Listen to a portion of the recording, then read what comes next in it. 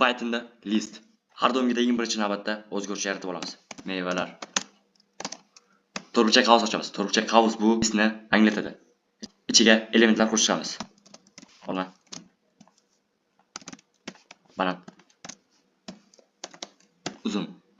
Print mevalar qiladigan bo'lsak, shunchaki ushbu elementlarni bizga chiqarib beradi. Agarda print mevalar to'rtburchak qavs 0 qiladigan bo'lsak, birinchida turgan elementni chiqarib beradi.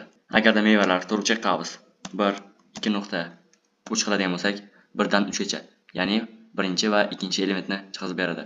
Bular nimaligini oldingi videolarda tushuntirganman. O'tib ko'rib olishingiz mumkin. Buni ishga tushiradigan bo'lsak, barcha elementlar list ko'rinishida chiqyapti. Ikkinchisi tanlagan elementimiz, uchinchisi esa tanlagan elementlarimiz. Yana qo'shimcha metodlar ham mavjud. Bular append qiladigan bo'lsak va uni ichiga qaysidir elementni yozadigan bo'lsak, buni listimizning oxiriga qo'shadi. Mevalar remove qiladigan bo'lsak, tanlagan elementimizni o'chirib tashlaydi. Mevalar insert qiladigan bo'lsak, bir gilos.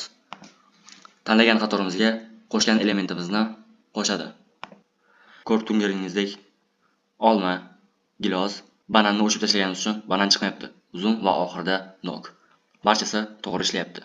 Ro'yxatni o'zgartirish oson. Append, remove, insert eng ko'p ishlatiladigan metodlar.